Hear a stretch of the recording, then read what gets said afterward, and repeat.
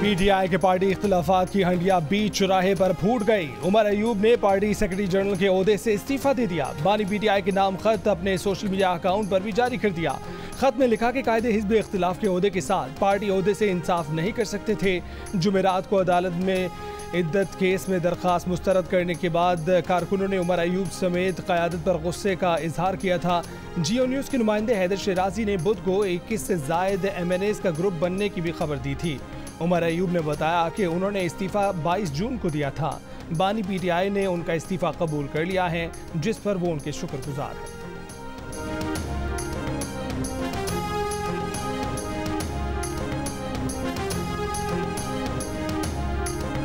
हमें फ्रस्ट्रेशन हो रही है, तंग हो रहे हैं इन एक्शन से। हो सकता है कि कोर कमेटी का कोई हो तरीका जो हमें नहीं पता, हम कोई भी कोर कमेटी में नहीं है सिवाय अली के और असद कैसर के। इसमें डूबियस कैरेक्टर्स बहुत है, डूबियस इन द सेंस जो गायब थे 1 साल जब ये 9 मई के बाद से। पीटीआई की MNA शानदाना गुलजार ने पार्टी के मुस्तरिब अरकान के नाम जियो न्यूज़ को बताए थे। बुध को उन्होंने जियो न्यूज़ के हैदर शिराजी को बताया कि शहरियार आफरीदी का पैगाम यही था कि बानी पीटीआई की रिहाई के लिए कुछ नहीं हो रहा, इसलिए मुस्ताफी हो जाना चाहिए। असद कैसर ने सुना तो कहा कि फिर वो भी मुस्ताफी होंगे। शेर अफजल मरवत, अली मोहम्मद खान, जुनेद अकबर, पंजाब से अमीर सुल्तान और शब्बीर कुरैशी के भी यही जज्बात हैं और वो पार्टी की बेअमली की वजह से तंग हैं। शानदाना गुलजार ने कहा कि सियासी और पार्लिमानी कमेटी में मशकूक अफराद हैं।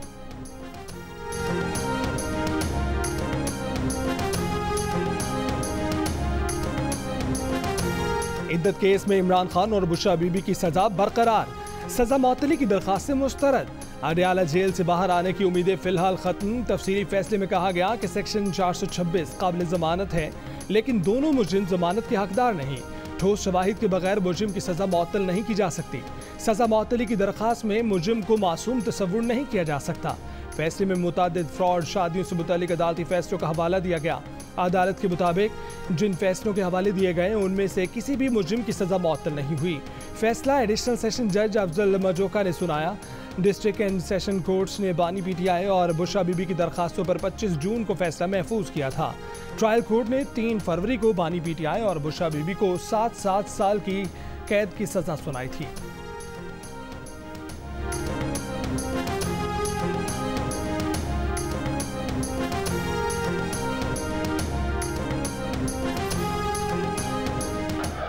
जिस केस में किसी किस्म का कोई पेचीदगी है ही नहीं, सजा आज मुअत्तल नहीं हुई, इसको हम लोग इंशाअल्लाह ताला हाई कोर्ट में अपने वकला के जरिए फिलफोर चैलेंज करेंगे।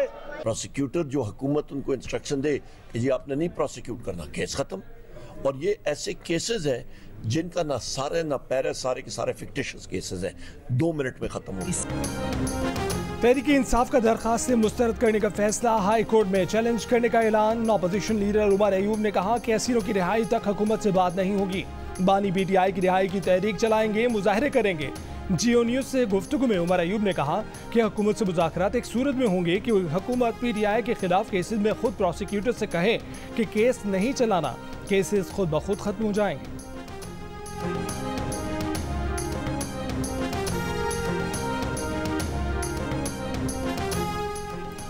दौरान इद्दत निकाह केस में सजा के खिलाफ अपील मुस्तरद होने के बाद बानी पीटीआई से पार्टी रहनुमाओं की अडयाला जेल में मुलाकात। शिबली फराज, रऊफ हसन, शेख वक्कास अकरम और दीगर रहनुमा मुलाकात में शामिल। जराये के मुताबिक मुलाकात में इद्दत निकाह केस के फैसले, अज़्म इस्तेहकाम ऑपरेशन, मुल्क की मजमूई सियासी सूरत हाल और पार्टी अमूर पर बातचीत हुई। सरजमीन से हमारी सरजमीन पर दहशतगर्दी बैनुल-अक़वामी कानून की खिलाफ वर्जी है। पाकिस्तान की सालमियत के लिए तहरीक तालिबान पाकिस्तान को सरहद पार निशाना बनाया जा सकता है। वज़ीर दिफा ख्वाजा आसिफ का बड़ा ऐलान। अमरीकी टीवी को इंटरव्यू में कहा कि अज़्म इस्तेहकाम ऑपरेशन की पॉलिसी जल्दबाजी में नहीं आई। कुछ सियासी जमातें अपने सियासी मफादात के लिए उसकी मुखालफत कर रही हैं। ऑपरेशन में अमेरिका से मदद नहीं लेंगे। अपोजिशन के तहफ़्फ़ुज़ात दूर करने के लिए उसे कौमी असम्बली में लाएंगे। ऑपरेशन कामयाब बनाने के लिए ऑल पार्टीज कॉन्फ्रेंस भी बुलाई जा सकती है। एक सवाल पर ख्वाजा आसिफ ने कहा कि बानी पीटीआई की रिहाई का जवाब अदलिया ही दे सकती है। वज़ीर आज़म शहबाज शरीफ ने बराह रास्त बानी पीटीआई को मुज़ाकरात की गैर मशरूत पेशकश की है।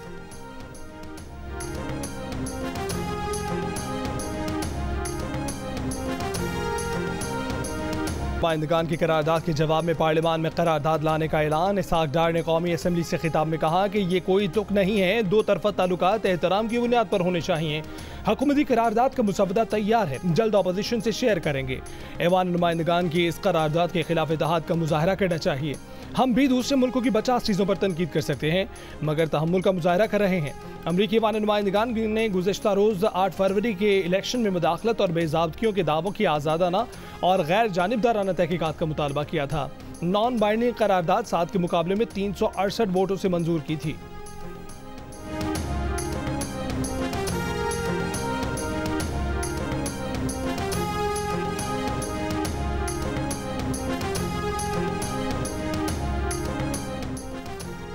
JUIFA के अमीर मौलाना फजलुर रहमान ने कहा है कि जिम्मेदार रियासत की बजाय वक्ती इश्तियाल और उजलत में फैसले किए जा रहे हैं। रियासत के मामला धमकियों और जज्बात से तय नहीं होते। माजी में ऑपरेशन नाकाम हुए, एक बार फिर ऐलान कर दिया गया कि ऑपरेशन किया जाएगा। ऑपरेशन के बाद जब लोग वापस जाते हैं तो उनके घर नहीं होते। क्या आप फिर कौम को मुश्किल में डालना चाहते हैं? एपेक्स कमेटी से ऑपरेशन का फैसला आया। अज़्म इस्तेहकाम की शुरुआत ही अदम इस्तेहकाम से हो गई। क्या पार्लियामेंट को एतमाद में लिया गया? क्या हम अफगानिस्तान को मुस्तहकम की बजाय गैर मुस्तहकम करना चाहते हैं? ईरान से दोस्ती हो सकती है तो अफगानिस्तान से क्यों नहीं?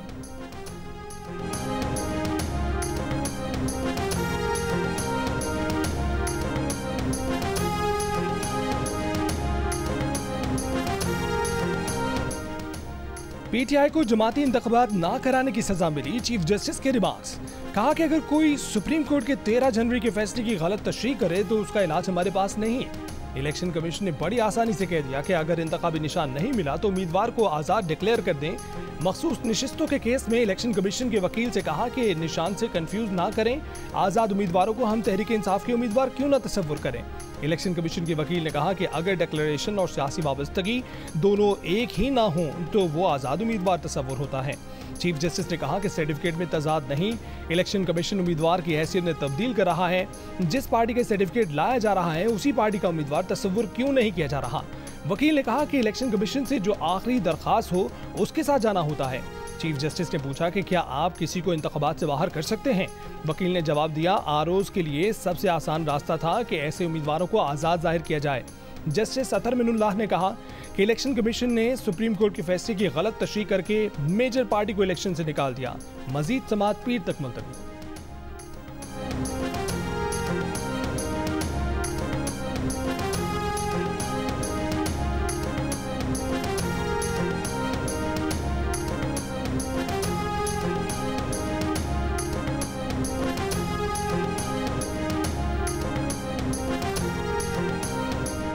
अदालतों को सियासी मुकदमात से फुर्सत नहीं। अगर हम चाहते हैं हमारी अदालतें 134 नंबर से बाइज्जत नंबर पर आएँ तो मुस्बत तब्दीलियाँ लाना होंगी।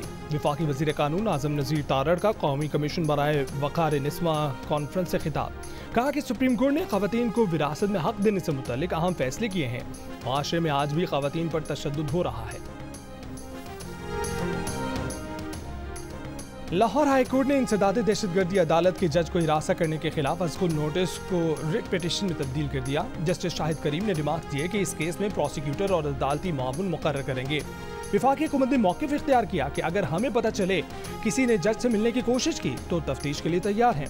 जस्टिस शाहिद करीम ने रिमार्क दिए कि अदालत हिदायत जारी करेगी ISI और IB से मुतल्लिक वज़ीर आज़म जिम्मेदारी उठाएं। इसके बाद भी कुछ हुआ तो बराह रास्त वज़ीर आज़म से पूछेंगे। वज़ीर आज़म को जिम्मेदारी लेना होगी। IB और ISI वज़ीर आज़म के मातहत हैं। IG पंजाब को हिदायत की जाएगी कि आइंदा रास्ते बंद करने पर जज से मुशावरत के बाद कदम उठाया जाए।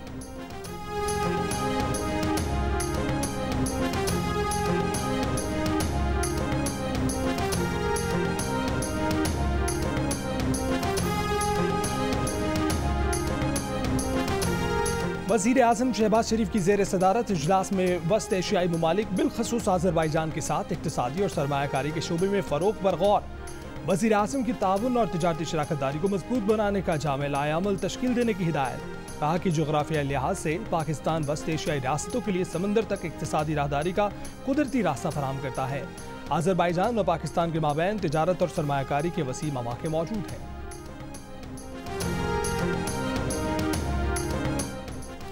वज़ीर आला पंजाब मरीम नवाज ने कहा है कि आवाम का पैसा अवाम की अमानत है, पूरी दयानतदारी से आवाम पर ही खर्च होना चाहिए।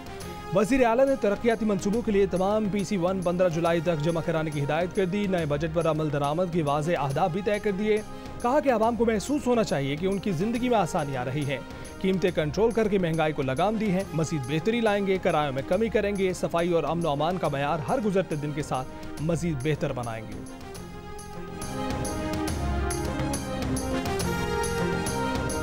खैबर पख्तूनख्वा हुकूमत का 9 मई के वाक़यात की तहकीकात के लिए जुडिशल कमीशन के क़याम का फैसला। वज़ीर क़ानून खैबर पख्तूनख्वा आफ्ताब आलम का कहना है कि 9 मई के वाक़यात की तहकीकात के लिए जुडिशल कमीशन के क़याम का फैसला किया है। 9 मई के वाक़यात से मुताल्लिक़ असम्बली से मंजूर करारदाद की काबीना से मंजूरी ली जाएगी।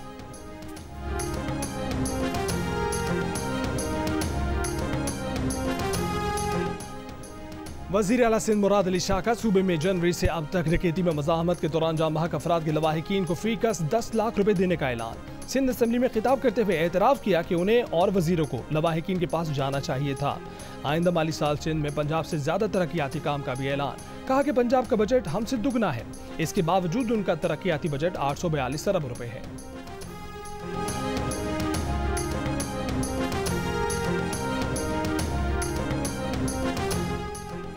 नून लीग के सदर नवाज शरीफ से डीजी वर्ल्ड सिटी अथॉरिटी की मुलाकात। अंदरून लाहौर की कदीम और तारीखी इमारतों की बहाली के अमूर पर तबादला ख्याल। नवाज शरीफ ने अंदरून लाहौर की तारीखी हैसियत की बहाली पर वर्ल्ड सिटी अथॉरिटी को सराहा। डीजी वर्ल्ड सिटी ने शाही कला और लाहौर के कदीमी दरवाज़ों की बहाली के बारे में भी बताया। मुलाकात में लाहौर की शानदार तारीखी इमारतों की बहाली का अमल जारी रखने पर इत्तफाक किया गया।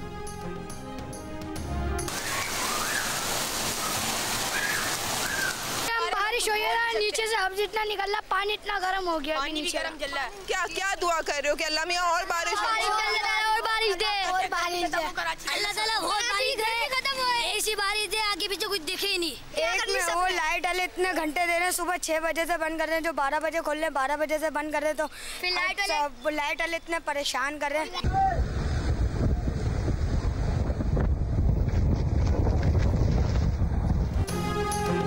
कराची के मुख्तलिफ इलाकों में बारिश। Surjani town, Gulshan Maymar, Malir, Gulistan Jauhar, Gulshan Iqbal, north Karachi, federal B area, Nazimabad, Saddar और IH चंडीगढ़ रोड पर बारिश हुई। चीफ मेट्रोलॉजिस्ट सरदार सरफराज का कहना है कि कराची के चंद इलाकों में अच्छी बारिश हो सकती है। आज शाम से समुद्री हवाएं बहाल होने और गर्मी की शिद्दत में कमी का इम्कान है। अगले 2 दिन दर्जा हरारत 37 से 38 डिग्री के दरमियान रहेगा। जुमेरात को बारिश से पहले कराची में ज्यादा से ज्यादा दर्जा हरारत 40 डिग्री रिकॉर्ड किया गया, जिसकी शिद्दत 53 डिग्री जैसी महसूस की गई। जुमेरात को थरबार कर डेपलो और गिरदोनवाब में भी बारिश हुई। मुज़ाफ़ाती इलाके ज़ेरे आब आ गए। बलूचिस्तान के इलाकों सुई, नसीराबाद, डेरा बुगटी में बारिशों से कच्चे मकान गिर गए।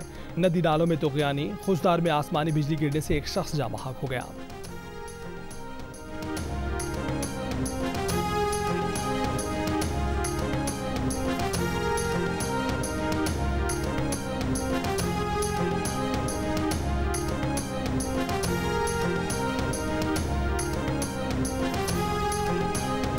शहरों में शदीद गर्मी में तवील लोड शेडिंग, बिजली की एलानी और गैर एलानी बंदे से शहरी बिलबिला उठे। पेशावर में हजार खानी के रिहायशियों का बिजली की लोड शेडिंग के खिलाफ एहतजाज। रिंग रोड ट्रैफिक के लिए बंद। कहा कि पेस्को बिजली की लोड शेडिंग कम करने के वादे से पीछे हट गई। दिन में 18 घंटे तक लोड शेडिंग की जा रही है। करक शहर में 21 घंटे की लोड शेडिंग से निज़ाम जिंदगी मफलूज। मुल्तान के शहरी तवील लोड शेडिंग के साथ बिजली के ज्यादा बिलों से परेशान। कराची में कहीं 10 कहीं 12 घंटे की लोड शेडिंग ने शहरियों की जिंदगी अजीरन बना दी।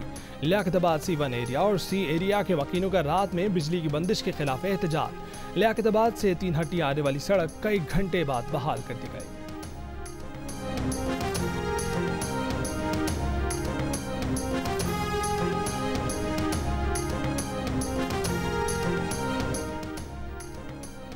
कराची में हीट वेव के दौरान लोड शेडिंग से हलाकतों की इंक्वायरी की जा रही है। चेयरमैन नेपरा का कि इलेक्ट्रिक के मल्टी ईयर टैरिफ में इजाफे की समाअत के दौरान सारिफ को जवाब। कहा कि नेपरा की एक टीम पहले से ही शहर में मौजूद है, इंक्वायरी कर रही है कि इलेक्ट्रिक ने 7 साला मल्टी ईयर टैरिफ की मद में 10 रुपये 69 पैसे फी यूनिट इजाफे की दरख्वास्त की है।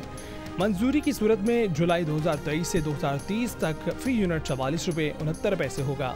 समाअत के दौरान सार्फिन की इलेक्ट्रिक के मल्टी ईयर टैरिफ में इजाफे की मुखालफत, लोड शेडिंग खत्म करने, ट्रांसमिशन निज़ाम में बेहतरी का मुतालबा कि इलेक्ट्रिक के मुताबिक टैरिफ में इजाफा ट्रांसमिशन, डिस्ट्रीब्यूशन और पावर सप्लाई की मद में मांगा गया है।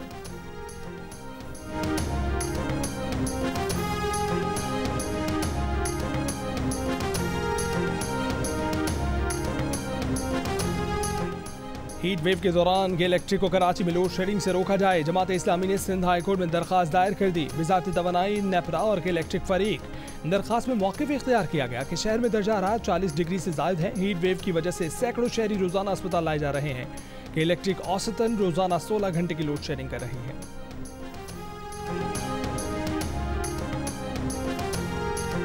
ने अपनी सरजमीन पर कातिलाना हमले की साजिश का मामला भारत के साथ आला सतह पर उठा दिया।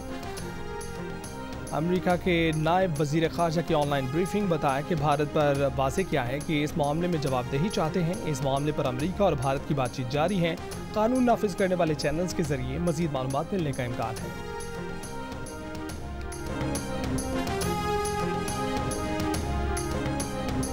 इसराइली फौज दुनिया की सबसे मुजरिमाना अफवाज में से एक करार। अक़वाम मुत्तहिदा के तफ्तीशकार क्रिस सिडोटी का कहना है कि 7 अक्टूबर से जारी इसराइली हमलों की रिपोर्ट पर एक ही नतीजा निकलता है कि इसराइल दुनिया की सबसे ज़्यादा मुजरिमाना फौज है।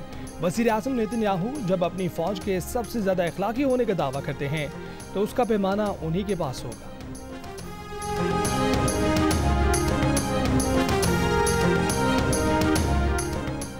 इसराइली फौज की शुमाली गजा में शुजाइया पर चढ़ाई। हज़ारों फ़लस्तीनी दोबारा जबरी नकल मकानी पर मजबूर। रिहायशी इलाकों पर बमबारी जारी।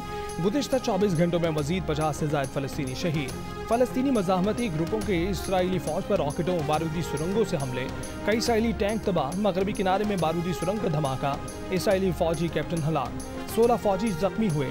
इसराइल ने अल-अक्सा मस्जिद के इमाम शेख अकरमा साबरी पर दहशतगर्दी पर उकसाने की फर्द जुर्म आयद कर दी। कीनिया में टैक्सों में इजाफे के मुतनाज़ा बिल की वापसी के बाद भी मुजाहरे जारी। मुजाहिरीन का सदर से मुस्ताफ़ी होने और नए इंतख़ाबात का मुतालबा। मुख्तलिफ शहरों में पुलिस के साथ फौज तैनात। सदारती दफ्तर और पार्लियामेंट जाने वाले रास्तों पर रुकावटें लगा दी। कई मकामात पर पुलिस और मुजाहिरीन में झड़पें। पुलिस की मुजाहिरीन पर आंसू गैस की शेलिंग, रबड़ की गोलियों पर फायर की। मुतादिद जख्मी, कई मुजाहिरीन गिरफ्तार। मंगल को होने वाले पुरतशद्दुद एहतजाज में 23 अफराद हलाक हुए थे।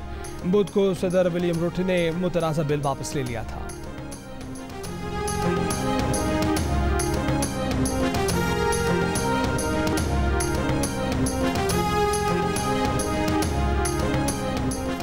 और यूरो कप फुटबॉल में जॉर्जिया का तारीखी कारनामा। पुर्तगाल को 2 गोल से हरा दिया। पहली बार किसी बड़े इवेंट के प्री क्वार्टर फाइनल में जगह बना ली।